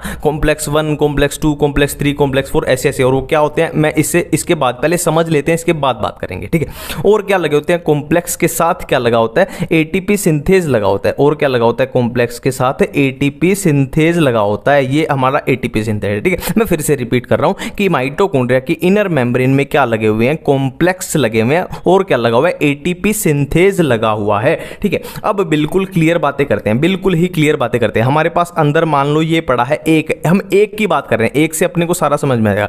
ये हमारे पास क्या पड़ा है, NADHH+, ये एक पड़ा है, ये एक पड़ा है, ठीक है। अब होगा क्या, ये इसको एनर्जी में कन्वर्ट होना है, इसको कहां कन्वर्ट होना है, एटीपी में कन्वर्ट होना है। और कन्वर्ट कौन करेगा इसको, ये इलेक्ट्रॉन ट्रांसपोर्ट, ये इलेक्ट्रॉन ट्रांसपोर्ट सिस्टम इसको कन्वर्ट करेगा। और कैसे करेगा, देखो ये क्या करेगा, एक इलेक्ट्रॉन, देखो ये कॉम्प्लेक्स 1 है ना, ये एक इलेक्ट्रॉन इसको दे देगा, है ना, ये इसको क्या करेगा, इलेक्ट्रॉन ट्रांसफर करेगा, इलेक्ट्रॉन ट्रांसफर करेगा और क्या ट्रांसफर करेगा, H+ ट्रांसफर करेगा, है ना। और ये इलेक्ट्रॉन और H+ देके खुद किस में कन्वर्ट हो जाएगा, खुद ये कन्वर्ट हो जाएगा NAD+ में, NAD+ में। और ये NAD+ कहां चला जाएगा, दोबारा से glycolysis link reaction Krebs cycle, है ना, क्योंकि और भी तो बनने हैं ना, दोबारा से ये बन के आएंगे, ये बन के दोबारा आएंगे, इसी से तो बनेंगे, सिंपल सी इतनी बात है ना। तो बेसिक बात यहां याद करने की क्या है कि एक NADH+, ये क्या है, इलेक्ट्रॉन इसने कॉम्प्लेक्स 1 को दे दिया, और ये जो H+ इसने दिया, ये कहां निकल जाएगा, ये निकल जाएगा कहां, इसमें इंटरमेम्ब्रेनल स्पेस में निकल जाएगा, ये H+ निकल गया, ये H+ इसमें निकल जाएंगे, बिल्कुल क्लियर। अब इलेक्ट्रॉन क्या है इसके पास है, देखो नाम ही क्या है, electron transport system, electron transport, ये चेन बन रही है एक तरीके से, इलेक्ट्रॉन का ट्रांसपोर्ट होगा, इलेक्ट्रॉन इसके पास गया, फिर इलेक्ट्रॉन इसके पास गया, फिर इलेक्ट्रॉन इसके पास गया, फिर इलेक्ट्रॉन इसके पास गया, ठीक है। तो इलेक्ट्रॉन ऐसे चलता जाएगा और फाइनली उस इलेक्ट्रॉन को कौन एक्सेप्ट कर लेगा, O2 ऑक्सीजन। इस इलेक्ट्रॉन ये ऐसे ऐसे ट्रांसपोर्ट चेन में से चलेगा और फाइनली इसको कौन एक्सेप्ट कर लेगा, ऑक्सीजन एक्सेप्ट कर लेगी। बहुत इंपॉर्टेंट क्वेश्चन है कि फाइनल इलेक्ट्रॉन एक्सेप्टर कौन है, ATS में ऑक्सीजन है, और ऑक्सीजन उस इलेक्ट्रॉन को और H+ का यूज करके क्या बना देगी, H2O यानी वाटर बना देगी, वाटर बना देगी, ठीक है। अब यहां पे मैं बहुत इंपॉर्टेंट चीजें बोलने जा रहा हूं, मैं बहुत ही इंपॉर्टेंट चीजें बोलने जा रहा हूं। देखो हमने क्या बात की है, NADH+ क्या कर रहा है, इलेक्ट्रॉन ट्रांसफर करके H+ को कहां निकाल रहा है, इंटरमेम्ब्रेनल स्पेस में निकाल रहा है, H+ को इंटरमेम्ब्रेनल स्पेस में निकाल रहा है, ठीक है। अब मैं एक NADH+ की अगर बात करूं तो ये तीन जगह पे 2 H+ को निकालेगा। मैं फिर से रिपीट कर रहा हूं, इस चीज को बहुत ध्यान से समझना, एक NADH+ क्या करेगा, तीन जगह पे 2 H+ को निकालेगा, तीन जगह पे 2 H+ को, मतलब मान लो इलेक्ट्रॉन ट्रांसपोर्ट इधर हो रहा है तो तीन जगह पे, मान लो पहली जगह पे यहां निकाल दिया 2 H+ को, दूसरी जगह पे यहां निकाल दिया 2 H+ को, तीसरी जगह पे यहां निकाल दिया, है ना। मैं क्या बात कर रहा हूं कि तीन जगह पे, एक जगह, दो जगह, तीन जगह पे इसने क्या किया, 2 H+, 2 H+, 2 H+ से निकाल ले, ठीक है। अब क्या होगा, ये H+ जो है ये एटीपी सिंथेज यानी बुलंद दरवाजे से यहां जाएंगे, है ना, बुलंद दरवाजे से ऐसे जाएंगे, और एटीपी सिंथेज नाम में आ रहा है, एटीपी सिंथेज मतलब ये एटीपी की सिंथेसिस करेगा। तो 2 H+ के जाने पे क्या बनेगा, एक एटीपी बनेगा। मैं फिर से रिपीट कर रहा हूं इस बात को कि 2 H+ के एटीपी सिंथेज यानी बुलंद दरवाजे में से निकलने पे हमारे पास 8 एटीपी बन रहा है, ठीक है। और अपने पास टोटल कितने थे, है ना, 1 था, 2 था, 3 था, तो 2 H+ से 1 एटीपी, इस 2 H+ से भी 1 एटीपी, इस 2 H+ से भी 1 एटीपी। अब याद करो हमने बात की थी कि एक NADH+ से टोटल कितने मिलते हैं, 3 एटीपी मिलते हैं। 3 क्यों मिले, क्योंकि 3 जगह पे 1 2 H+ से कितना मिल रहा है, 1 मिल रहा है, तो 3 जगह पे हुई तो ये अपने पास 3 एटीपी बन जाएंगे, है ना। और ठीक ऐसे ही FADH2 का याद रखना कि FADH2 में क्या है, इधर सिंपली 2 कर दो, इसे सिंपली क्या कर दो, 2 कर दो, तो कितने बन जाएंगे, एक FADH2 से कितने मिलेंगे, 2 एटीपी मिलते हैं। FADH2 से कितने मिलते हैं, 2 एटीपी मिलते हैं। इतनी बातें अपनी समझने की थी, बिल्कुल क्लियर हो चुकी हैं, ठीक है। अब आता है याद करने वाला पोर्शन। देखो इसमें जो याद करने वाला पोर्शन है उसकी कभी भी ट्रिक मत बनाना, उसकी ट्रिक बना ली तो बहुत गलती हो जाएगी, एग्जाम में वो याद नहीं होगी, बहुत ज्यादा कंफ्यूजन क्रिएट हो जाएगी, पूरा खिचड़ी बन जाएगी, उसकी ट्रिक्स मत बनाना, है ना। मैं आपको एक बनाया पेज अभी आपको आपकी स्क्रीन पे आएगा, उसका स्क्रीनशॉट ले लो और उसका वैसे के वैसे याद रखना है, ठीक है। इस पेज को ऐसे का ऐसे याद रख लेना, इसकी ट्रिक्स मत बनाना। मैं फिर से बोल रहा हूं, याद करने वाला पोर्शन है, याद ही करना पड़ेगा, ट्रिक्स नहीं बनानी है, ठीक है। अब ये है अपना इलेक्ट्रॉन ट्रांसपोर्ट सिस्टम का याद करने वाला पार्ट, ठीक है। तो पहला काम तो यही करो, इसका स्क्रीनशॉट ले लो, ठीक है। फिर मैं आपको थोड़ा लॉजिक बता देता हूं। देखो हमने क्या किया, इलेक्ट्रॉन ट्रांसपोर्ट चेन में क्या हो रहा है, इलेक्ट्रॉन आगे ट्रांसफर हो रहा है, इलेक्ट्रॉन आगे ट्रांसफर हो रहा है, और फाइनली इलेक्ट्रॉन को कौन एक्सेप्ट कर रहा है, ऑक्सीजन एक्सेप्ट कर रहा है, ठीक है। इलेक्ट्रॉन क्या है, आगे ट्रांसपोर्ट होता जा रहा है, ठीक है। अब देखो इलेक्ट्रॉन हमें क्यों ट्रांसफर करना था, हमें दो चीजें से, दो वजह से करना था। या तो हम क्या करना चाहते थे, NADH+ वाली एनर्जी को किस में कन्वर्ट करना चाहते थे, ATP में, है ना। तो एक तो या तो इलेक्ट्रॉन NADH+ देगा, या कौन देगा, या FADH2 को हम कन्वर्ट करना चाहते थे ATP में, या FADH2 देगा, है ना। तो कॉम्प्लेक्स 1 में क्या होता है, NADH डिहाइड्रोजिनेस, और इसमें इलेक्ट्रॉन कैरियर्स कौन से होते हैं, FMN FES। और कॉम्प्लेक्स 2 में इतना याद रखना कि ये FADH2 के लिए होता है, ठीक है। अब देखो NADH+ वाले इलेक्ट्रॉन जाएंगे किसके पास, इलेक्ट्रॉन ट्रांसफर होंगे यूबिक्विनोन के पास, यूबिक्विनोन के पास, ठीक है। और कॉम्प्लेक्स 2 यानी FADH2 वाले इलेक्ट्रॉन भी किसके पास जाएंगे, यूबिक्विनोन के पास, है ना। यहां पे थोड़ा सा ध्यान रखना, कॉम्प्लेक्स 1 के इलेक्ट्रॉन भी किसके पास जा रहे हैं, यूबिक्विनोन,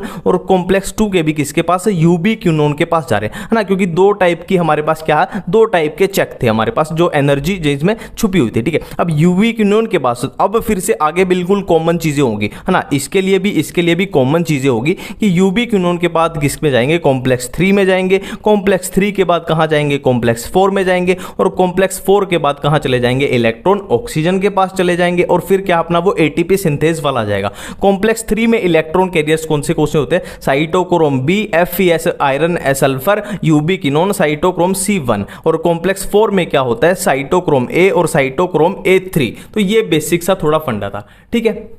अब देखो अपना एरोबिक वाला पूरा खत्म हो चुका है, अब हम करते हैं अनएरोबिक वाला यानी फर्मेंटेशन, ठीक है। फर्मेंटेशन हमने बात की थी कि अनएरोबिक कंडीशन में या एरोबिक कंडीशन में पायरुविक एसिड तक यानी ग्लाइकोलिसिस तक दोनों में सेम चलेगा ना। ग्लाइकोलिसिस अनएरोबिक कंडीशन में भी होगी, और ग्लाइकोलिसिस में हमने क्या किया था, ग्लूकोज को कन्वर्ट किया था दो मॉलिक्यूल किसके, पायरुविक एसिड में, ठीक है। और ग्लाइकोलिसिस के अंदर हमारे पास क्या है, दो डायरेक्ट ATP का गेन हुआ था और दो NADH+ का गेन हुआ था, ठीक है।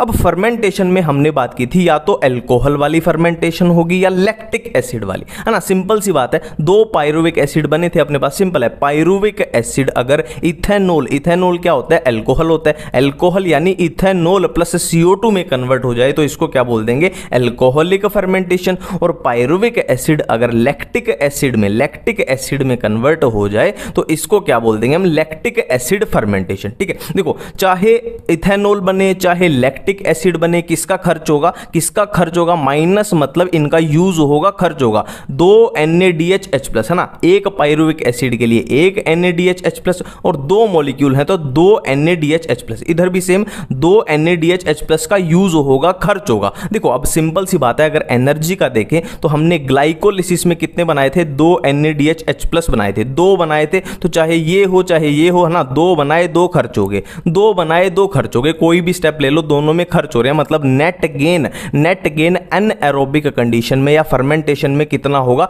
सिर्फ और सिर्फ दो ATP का होगा ना। ये बने थे, ये अपने खर्च हो गए, है ना, बिना बात पे खर्च हो गए, ठीक है। अब देखो यहां पे एंजाइम की बात करें तो एंजाइम मैंने क्या बोला था, जहां भी NADH का लेना, NADH+ इसका लेना देना आ जाए तो कहा क्या घुसा दो, उसमें एंजाइम के नाम में क्या घुसा दो, डिहाइड्रोजिनेस घुसा दो, डिहाइड्रोजिनेस, ठीक है। अब देखो यहां पे लैक्टिक एसिड बन रहा है और इसका लेना देना है ना, मतलब डिहाइड्रोजिनेस तो पक्का आएगा। और क्या हो जाएगा, लैक्टिक एसिड बन रहा है तो लैक्टेट डिहाइड्रोजिनेस, इसका एंजाइम क्या हो जाएगा, लैक्टेट डिहाइड्रोजिनेस। और इसका इस प्रोसेस का एंजाइम क्या होगा, देखो डिहाइड्रोजिनेस तो पक्का है ना, मतलब और एक बन क्या रहा है अपने पास, अल्कोहल बन रहा है तो अल्कोहल डिहाइड्रोजिनेस, और कार्बन डाइऑक्साइड निकल रही है ना, मतलब डी कार्बोक्सिलेशन हो रही है। तो पायरुविक एसिड से क्या निकल रही है, कार्बन डाइऑक्साइड निकल रही है, मतलब पायरुविक एसिड डी कार्बोक्सिलेज। अब एक टर्म आती है रेस्पिरेटरी कोशेंट यानी RQ। ये सिंपली क्या होती है, देखो बहुत सिंपल है, इसका मतलब क्या है, सिंपली ये क्या है, एक रेशियो है कि CO2 released upon oxygen consumed, ठीक है। कितनी CO2 रिलीज की अपॉन O2 ऑक्सीजन कंज्यूम्ड, ये एक रेशियो है। रेस्पिरेटरी कोशेंट क्या है, CO2 अपॉन O2 है, सिंपल इतना याद रखना है, ठीक है। अब इसकी वैल्यू दी है किसके लिए, कार्बोहाइड्रेट के लिए दी हुई है, फैट के लिए दी हुई है अपनी एनसीईआरटी में, प्रोटीन के लिए दी हुई है, ठीक है। तो कार्बोहाइड्रेट के लिए इसकी वैल्यू क्या दी हुई है, 1 दी हुई है, और फैट के लिए लिखा हुआ है क्या, लेस देन 1, और प्रोटीन के लिए लिखा हुआ है 0.9। ये आपको याद रखना ही है, ठीक है। रेस्पिरेटरी कोशेंट क्या होता है, CO2 released upon O2 consumed. CO2 और O2 का एक तरीके से क्या है, रेशियो है।